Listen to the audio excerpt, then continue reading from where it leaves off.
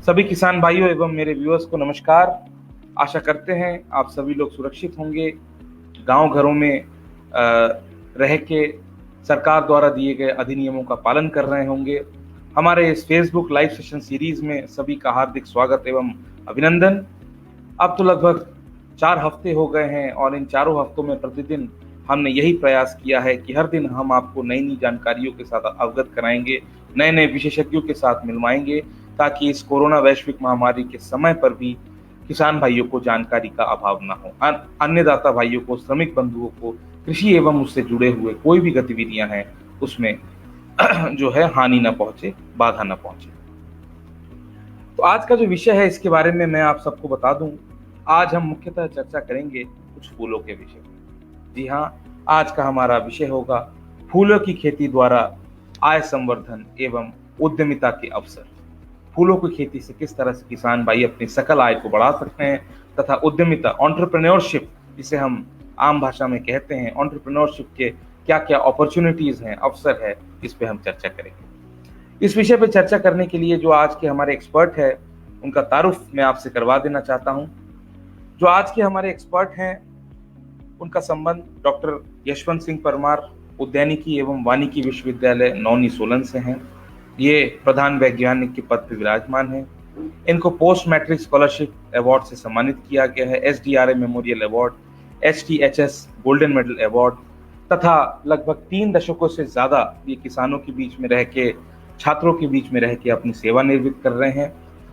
पुष्प विज्ञान से इनका खास लगाव है, जुड़ाव है, इसमें इनकी एक्सपर्टीज है, गार्डनिंग इनकी हॉबी है तथा 2 से ज्यादा इन्होंने शोध छात्रों को गाइड किया है। 45 से ज्यादा इन्होंने अंडर ग्रेजुएट छात्रों को इन्होंने अपनी छत्र छाया पे गाइड किया है। 15 से 20 छात्रों को इन्होंने जो है मास्टर्स में इन्होंने गाइड किया है तथा 25 से 30 से भी ज्यादा इनके पब्लिकेशंस हैं और कई इन्होंने सेमिनार्स एवं कॉन्फ्रेंसेस में भाग लेके पुष्प विज्ञान को बढ़ावा देने के लिए किसानों के बीच में हमेशा रह के ये प्रोत्साहित करते हैं कि हमारे किसान भाई पुष्प विज्ञान की तरफ बढ़े, पुष्प की खेती की तरफ बढ़े, पुष्प विज्ञान को समझे तथा आय में अपने वृद्धि लाए।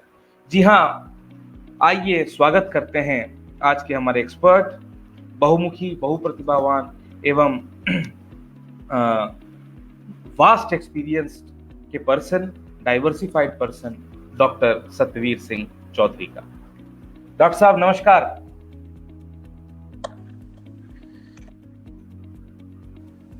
नमस्कार सिद्धार्थ जी, ने जो बताया बारे में बहुत बहुत धन्यवाद। आज आपने मुझे किसानों से रूबरू होने का मौका दिया है, मैं उसके लिए भी आपका और सभी किसान भाइयों को धन्यवाद करता हूं और धन्यवादी हूं आपकी संस्था का जिन्होंने मुझे इनवाइट करके और यहां तक ले आए हैं। मैं आपको बताना चाहूंगा, जैसा कि आपने बोला कि मेरे बारे में जो बता दिया, एक जो आपने छोड़ दी उसको मैं बताना चाह रहा हूं कि मैं किसान परिवार से संबंध रखता हूं और मेरे घर में अभी भी खेती होती है। दिल्ली का होते हुए दिल्ली में अभी भी मेरे घर में खेती होती है।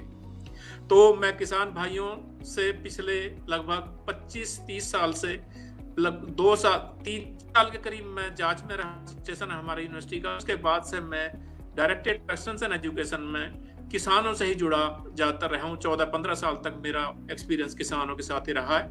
तो अब आप मुख्य पर आते हैं, जो हमारी आज की समस्या है, जो आज की बात है, उस बात में हम फूलों की खेती के बारे में बताएंगे। फूलों की खेती हमारे बढ़ता हुआ व्यवसाय है और कृषि व्यवसाय है। वैसे तो हम पहले जो हमारी ट्रेडिशनल खेती थी, खेती से हम लगभग कभी 6 महीने के बाद में या साल के बाद में हमें कुछ मिल पाता था, लेकिन ये नए उभरते हुए व्यवसाय में हम 3 महीने के बाद लगातार हमें उत्पादन मिलता रहता है। मतलब एक जुवेनाइल पीरियड होता है, वो जुवेनाइल पीरियड बहुत ही कम है इसमें, जबकि दूसरी फसलों में बहुत ज्यादा है। और इस खेती से हम लगभग 10 से 15 गुना ज्यादा कमा सकते हैं हमारी पुरानी जो पारंपरिक खेती थी उसकी अपेक्षा। तो किसान भाइयों को मैं इसके बारे में बताऊंगा कि पुष्प उत्पादन किसानों की आवश्यकता बन गया आज की डेट में। आज से पहले हम इस पुष्प उत्पादन को अमीरों का धंधा समझते थे, लेकिन आज हमारे गरीब और मंझले किसानों की आवश्यकता बन गया। क्यों कि इस व्यवसाय में हम कम खेती वाले किसान और जो छोटे किसान हैं वो भी अपने आप को आगे बढ़ा सकते हैं, वो भी प्रोग्रेस कर सकते हैं, क्योंकि इसमें ज्यादा जमीन की आवश्यकता नहीं होती।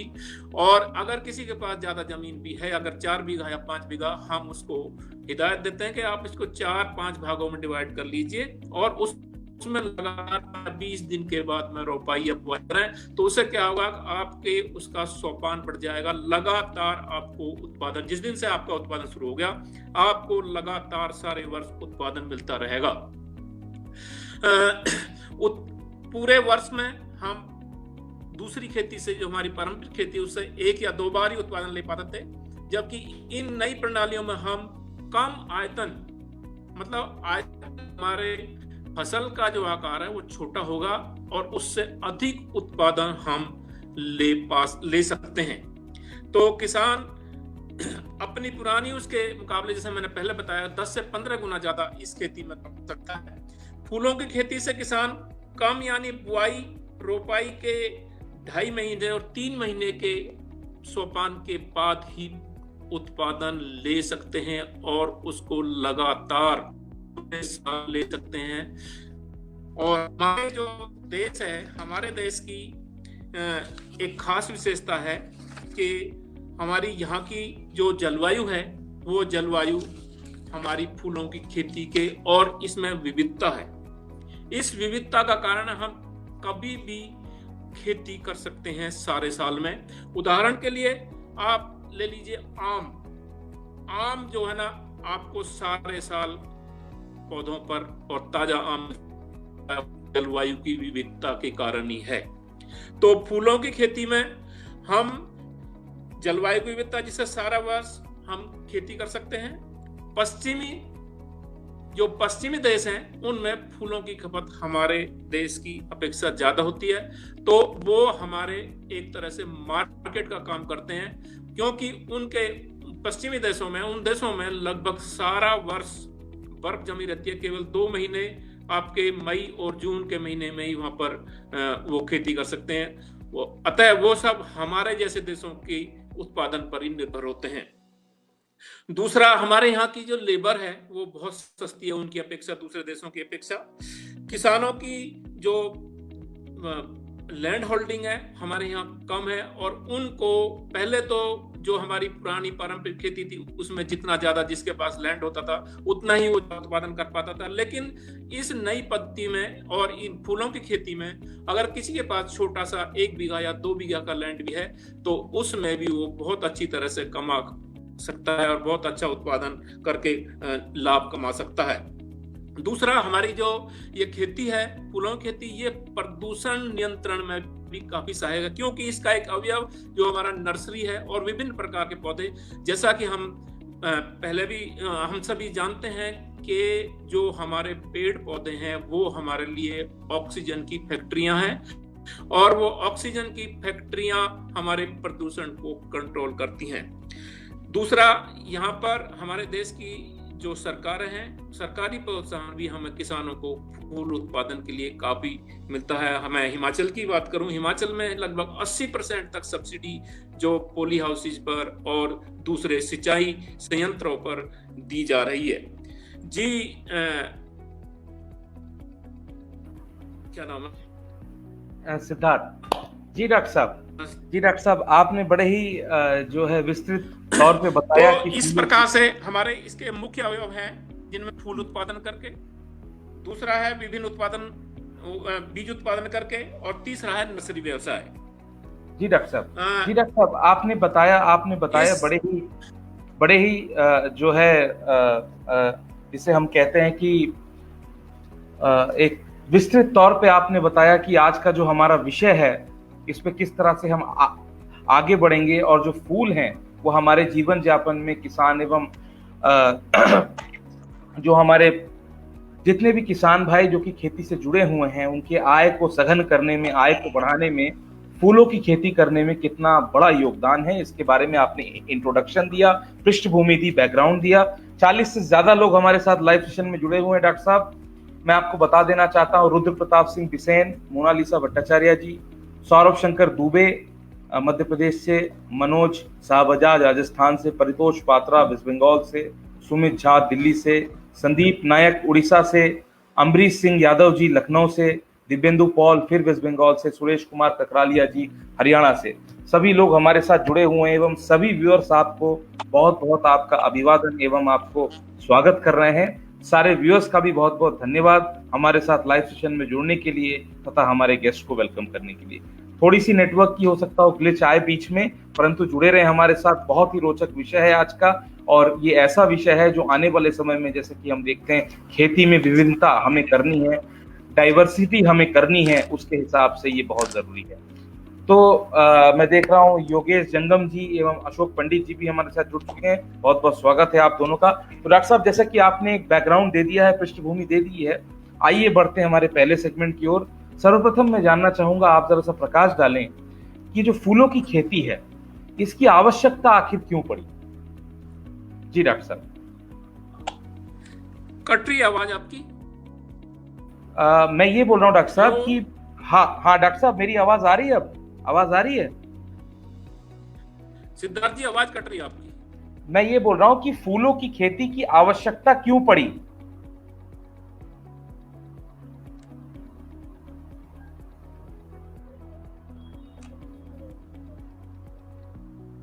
हाँ डॉक्टर साहब, मेरी आवाज आ रही है आप तक?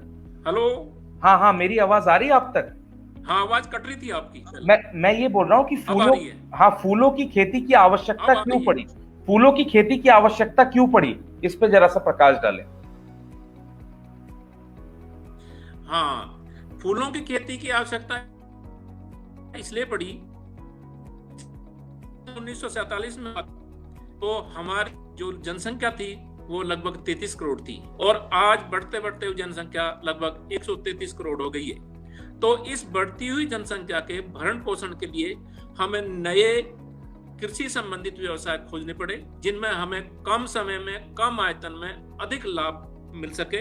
जबकि हमारे पुरानी खेती की प्रणालियां जो थी, हमारी पारंपरिक जो खेती थी, उस खेती में हमारा वॉल्यूम बहुत बड़ा होता था, लेकिन हमें आय बहुत कम मिलती थी।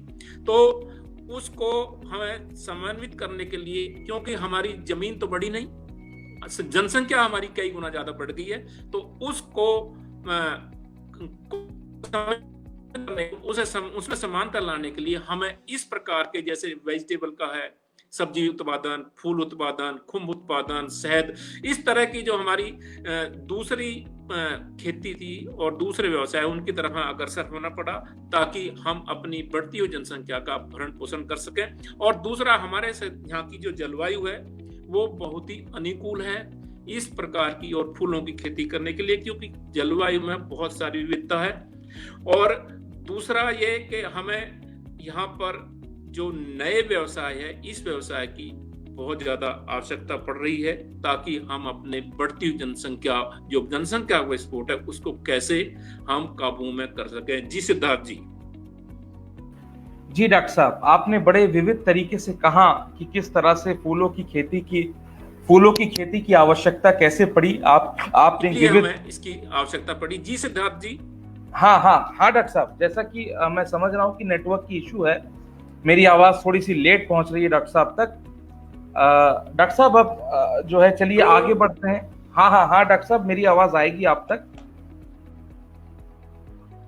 हेलो,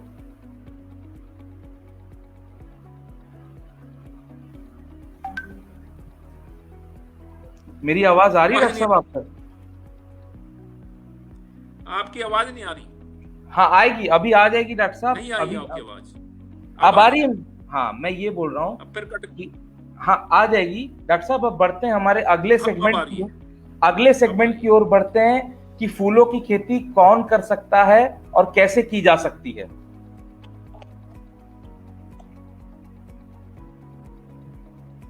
जी हाँ, आपने जो की खेती, किसान जो हमारे फूलों की खेती करना चाहते हैं, उन किसानों के लिए सबसे पहली बात तो जमीन का होना जरूरी है। जमीन हमारी धूप वाली होनी चाहिए, मिट्टी हमारी दोमट होनी चाहिए, और इसके साथ साथ किसान को प्रशिक्षित होना भी बहुत जरूरी है, क्योंकि ये ऐसी खेती है, इसमें बहुत जल्दी खराब होने में, जिसे बोलते हैं हाईली पेरिशेबल कमोडिटी, फूल जो हैं अगर हमने 1-2 घंटे का इधर उधर टाइम बिता दिया, निकाल दिया, तो वहीं पर खत्म हो जाते हैं। तो इसलिए इनको हैंडल करने के लिए हमें 1-1 घंटे का हिसाब रखना चाहिए। एक किसान को ये देखना पड़ता है कि आज मैं जो फूल लगा रहा हूँ, तो मैं रोपाई कर रहा हूँ, ये 3 महीने बाद इसमें फूल आएगा, उस फूल को मैं तोड़ूंगा और तोड़ के कहाँ ले जाऊंगा और किस टाइम कैसे कैसे उसको योजना पहले ही बनानी पड़ती है। तो इसलिए इसमें प्रशिक्षण का लेना बहुत ही अनिवार्य है। उसके दौरान, प्रशिक्षण के दौरान, हम विभिन्न मदों पर और विभिन्न जो हमारे प्रजातियां हैं उन सब के बारे में, एक एक प्रजाति को लेकर उसके बारे में, उसकी नेचर, उसकी किस तरह की उसको हम रख रखाव रखें, कैसे उसको आगे बढ़ाया जाता, किससे ज्यादा उत्पादन ले सकता, वो सारी कहानियां हम उस प्रशिक्षण में डिटेल में हम बताते हैं। तो वो लेना बहुत जरूरी है। क्यों कि अगर उदाहरण के लिए किसान को पता नहीं है कि कार्नेशन या आस्ट्रोमेरिया जो टेम्परेट रीजन के फ्रूट्स हैं, फ्लावर हैं, और अगर उसने उन फ्लावर्स को सब ट्रॉपिकल या ट्रॉपिकल में लगा दिया तो वो नहीं चल पाएंगे, ना मिल पाए, उन्हें उत्पादन नहीं पाए, नुकसान हो पाएगा। तो इस प्रकार की जानकारी अगर किसान लें पहले उसका स्टार्ट करने से, और साथ साथ हम उनको बताते हैं कि उनको जो कम लागत वाली फसल है, जैसे गेंदा है, गेंदा देश के हर हिस्से में हो सकता है और उसमें कोई ज्यादा लागत नहीं, केवल जो बीज की कीमत है वही कीमत उसकी लागत होगी। उसको अगर फेल भी होता है किसान तो उसमें रिस्क ज्यादा नहीं हो पाता है। इसलिए हम उन्हें पहले बताते हैं कि आप गेंदा से स्टार्ट करें, और गेंदा से शुरू करने के बाद में आप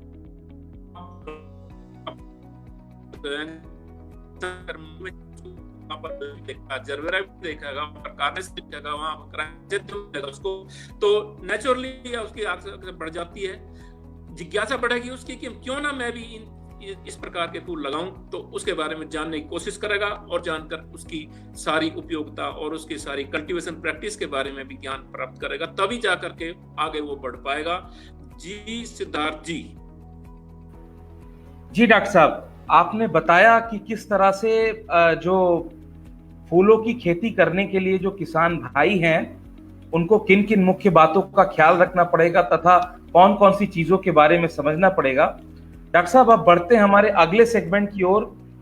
अगले सेगमेंट में मैं ये जानना चाहता हूं कि जो कोऑपरेटिव खेती है, अगर मेरी आवाज आपको क्लियर आ रही है, कोऑपरेटिव खेती एक ऐसा विषय है जो कि फूलों की खेती में काफी प्रचलन में है। तो कोऑपरेटिव खेती के बारे में जरा सा प्रकाश डालें और हमारे किसान भाइयों को कोऑपरेटिव खेती के बारे में मार्गदर्शक करें। हाँ जी, आपने कोऑपरेटिव खेती की बात, कोऑपरेटिव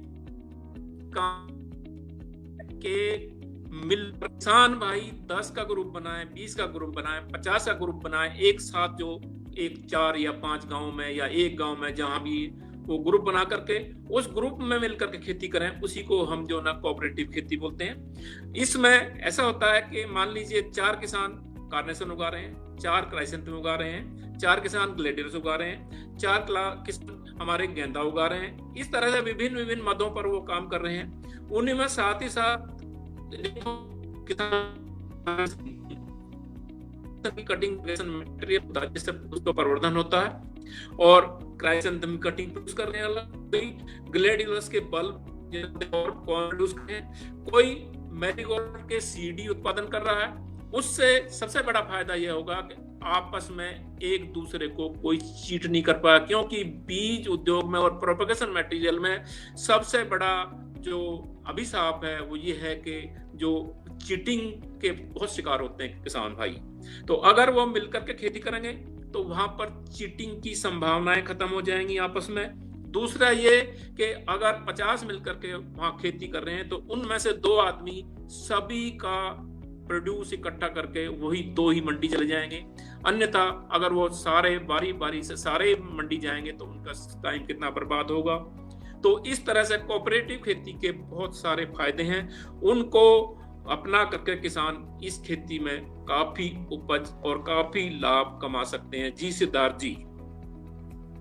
जी डॉक्टर साहब, जैसा कि आपने कहा कि जो कोऑपरेटिव खेती है इसकी कितनी बड़ी एक महत्वता है, और अब क्योंकि ऐसा समय आ गया है, भारत सरकार भी चाहे कोऑपरेटिव के तौर पे कहें या तो फिर आप उसको फार्मर प्रोड्यूसर ऑर्गेनाइजेशन, जिसको हम किसान उत्पादक संगठन भी कह सकते हैं, एफपीओस के तौर पे भी काफी प्रमोट कर रही है जो समुचित खेती। और फूलों की खास करके यदि बात करें, जैसा कि आपने कहा कि इसमें चीटिंग की बहुत प्रॉब्लम है, लोग इस पे धोखाधड़ी करते हैं, अच्छे इसमें बीज नहीं मिल पाते हैं, इसमें प्रोपोगेटिंग मटेरियल नहीं मिल पाते हैं। इस विषय पे ये हमारी जो फूलों की खेती में काफी मुख्य। सिद्धार्थ जी आप, हाँ, आवाज आ रही है डॉक्टर साहब? मेरी आवाज कट रही होगी, अब आ रही मेरी आवाज? आवाज नहीं आई आपकी? अब आ रही मेरी आवाज? अब आई है। हाँ, तो डॉक्टर साहब अब चलिए आगे बढ़ते हैं हम। हेलो, हाँ, अब आगे बढ़ते हैं। कट रही है आपकी आवाज? हाँ, अब आगे बढ़ते हैं डॉक्टर साहब कि फूलों की खेती को शुरू करने के लिए किसी एक किसान को मुख्यतः किन किन बातों का ख्याल रखना पड़ेगा? फूलों का यदि उद्यमी बनना है, फूलों का अगर उसे एग्रीप्रेन्योर बनना है फ्लोरिकल्चर से, तो एक सिंगल फार्मर को किन किन बातों का ख्याल रखना पड़ेगा? जी डॉक्टर साहब।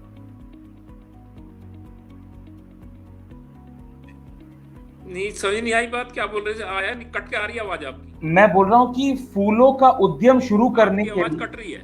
मैं बोल रहा हूँ डॉक्टर साहब, फूलों का उद्यम शुरू करने के लिए किसान को किस किस बातों का ख्याल रखना पड़ेगा?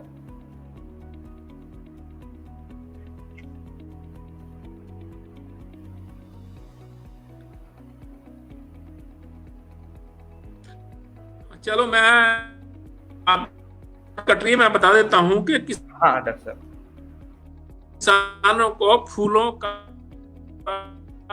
उसे प्रशिक्षण लेना बहुत जरूरी है। प्रशिक्षण के दौरान में उसको सारी बातों का पता चल जाएगा।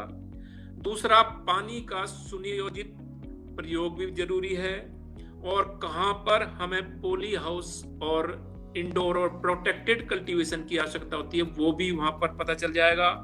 और उनको शुरू में इस तरह का फूल और इस तरह की स्पीसीज और इस तरह के उत्पादन लेना चाहिए जिसमें रिस्क कम हो। जो हम बताते हैं किसानों को कि वो अगर किसी के पास 4 या 5 डिवाइड कर लें और 15 दिन के बाद बुआई या रोपाई करें। उससे क्या होगा कि पहला 15 दिन वाला जो है उसमें लगभग 60 दिन के और 65 दिन के बाद में फूल आने शुरू हो जाएंगे, उत्पादन शुरू हो जाएगा। और दूसरा, उसके 15 दिन बाद जो किया उसमें अगले 90 दिन के बाद फिर शुरू हो जाए और पहले वाले जाएगा। तो ऐसे ही कंटिन्यूअस को सारे खेत से लगातार 4-5 भागों में डिवाइड कर दिया है। तो उसमें 15 दिन में उनको बाहर से एडिशनल लेबर की जरूरत नहीं पड़ेगी। जो उसके घर की एग्जिस्टिंग लेबर है उस लेबर से ही काम चल जाएगा। तो उसको अपने बढ़ना चाहिए और 7 सालों से काम मिल जाएगा। अगर किसान ने किसी वेंडर से या किसी होटल वाले से या किसी दुकान पर किसी वहां पर उसने कांटेक्ट किया है तो उनको ऐसा तो है उनको लगातार टाइम चाहिए।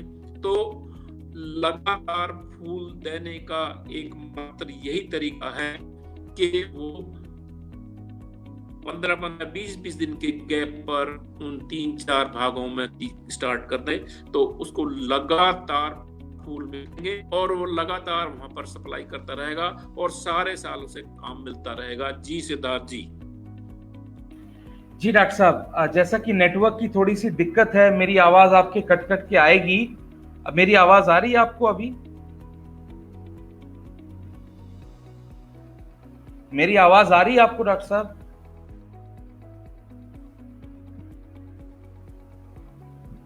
मेरी आवाज आ रही है डॉक्टर साहब आपको कि अभी भी कट कट के आइए? बस कट के आती है। कोई बात नहीं डॉक्टर साहब, अब आखिरी सेगमेंट की ओर चलते हैं, विपणन यानी मार्केटिंग। पहले भी मार्केटिंग की ओर बढ़ते हैं डॉक्टर साहब। मार्केटिंग के विषय पे बताएं, मार्केटिंग के विषय में, फूलों की मार्केटिंग, विपणन कैसे करे किसान भाई?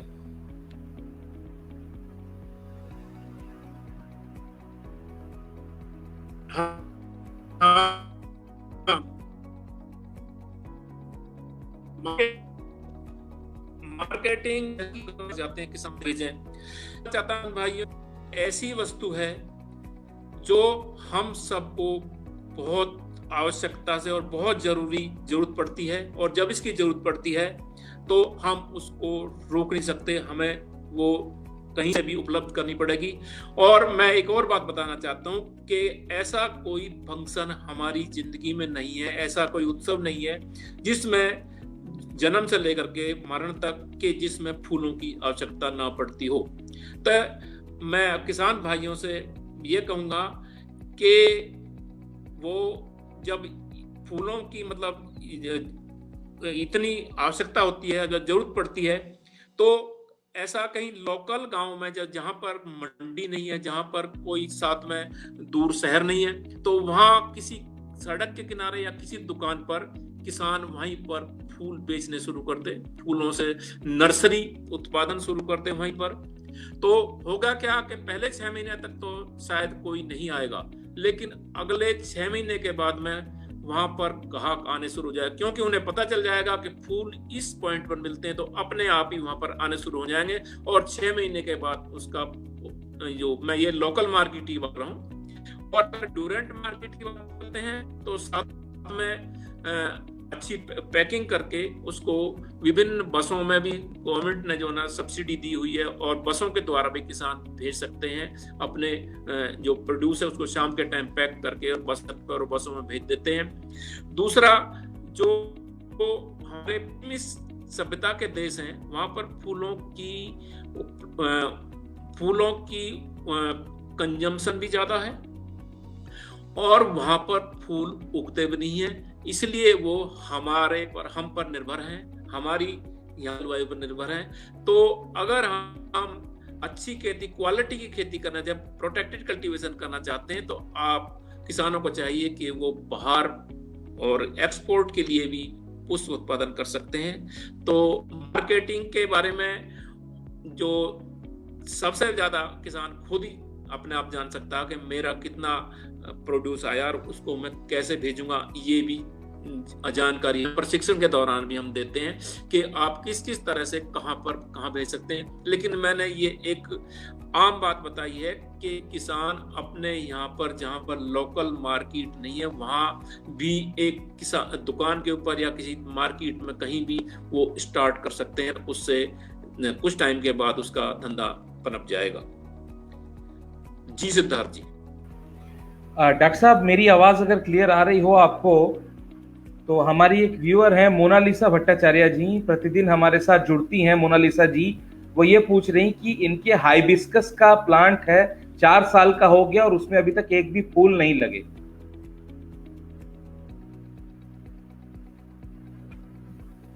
जी डॉक्टर साहब, मेरी आवाज आ रही है कि कट रही है? हेलो।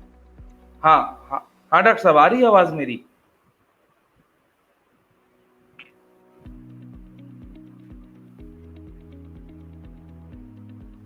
हेलो। हाँ डॉक्टर साहब, मैं ये बोल रहा हूँ, हमारी एक व्यूअर है मोनालिसा जी। नहीं आ रही? हमारी एक व्यूअर है मोनालिसा जी, वो ये पूछ रही कि उनकी हाइबिस्कस का प्लांट है 4 साल का और उसमें अभी तक एक भी फूल नहीं आए हैं। इसका जरा सा समाधान बताइए। हाइबिस्कस का इनका प्लांट है 4 साल पुराना, बट इसमें अभी तक एक भी फूल नहीं लगे हैं।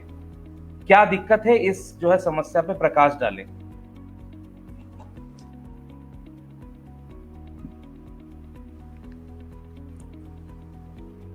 आवाज नहीं आई।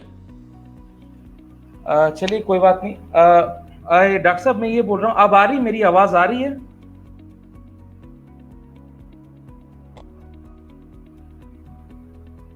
आपकी आवाज आ रही है, अभी भी कट के आ रही है। नेटवर्क का इशू है डॉक्टर साहब आपके उधर। चलिए कोई बात नहीं, शायद हम सवाल कट के आ रही है आवाज, शायद हम सवाल ना ले पाए आज, क्योंकि हमारे एक्सपर्ट के उधर नेटवर्क के इश्यूज हैं काफी। परंतु आप हमारे बीच आए डॉक्टर साहब, आपने फूलों की खेती के बारे में एक संपूर्ण पैकेज दिया।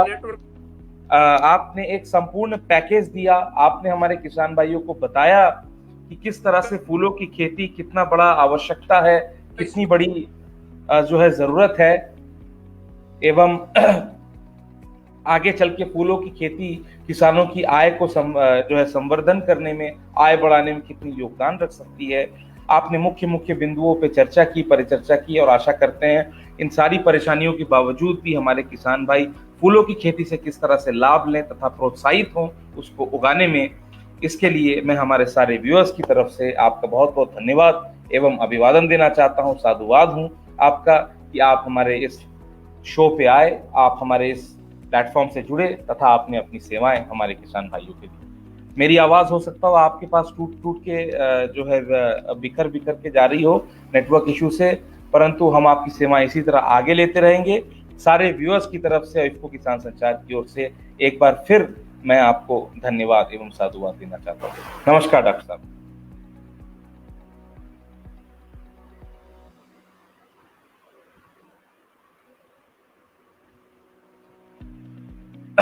तो डॉक्टर साहब खैर दोबारा जोड़ रहे हैं, परंतु जैसा कि आपने देखा कि किस तरह से आज हमने फूलों की खेती के विषय पर चर्चा की, और क्योंकि नेटवर्क की डॉक्टर साहब वैसे जुड़े हैं दोबारा से। हाँ डॉक्टर साहब, हेलो।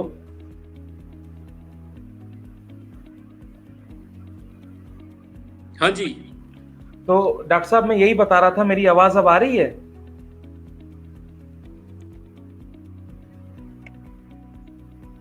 आवाज कट के आ रही है आपकी।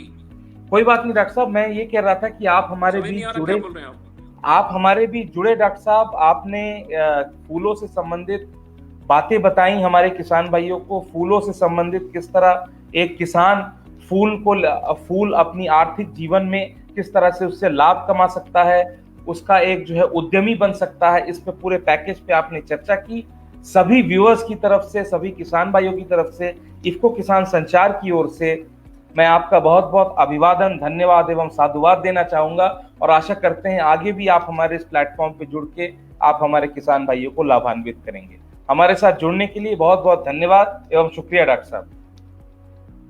तो जैसा कि आपने देखा, डॉक्टर सतवीर सिंह चौधरी हमारे साथ आज जुड़े हुए थे। फूलों की खेती से किस तरह से आय में संवर्धन एवं उद्यमी बन सकता है, किसान एंटरप्रेन्योरशिप बन सकता है, और फूल ऐसा जो है कमोडिटी है, एक ऐसा वस्तु है जिसकी खेती यदि किसान भाई सुचारू रूप से करें, जैसा कि डॉक्टर साहब ने कहा था कि पैदा होने से लेकर मृत्यु तक फूलों की महत्व इंसानी जीवन में बहुत ज्यादा है।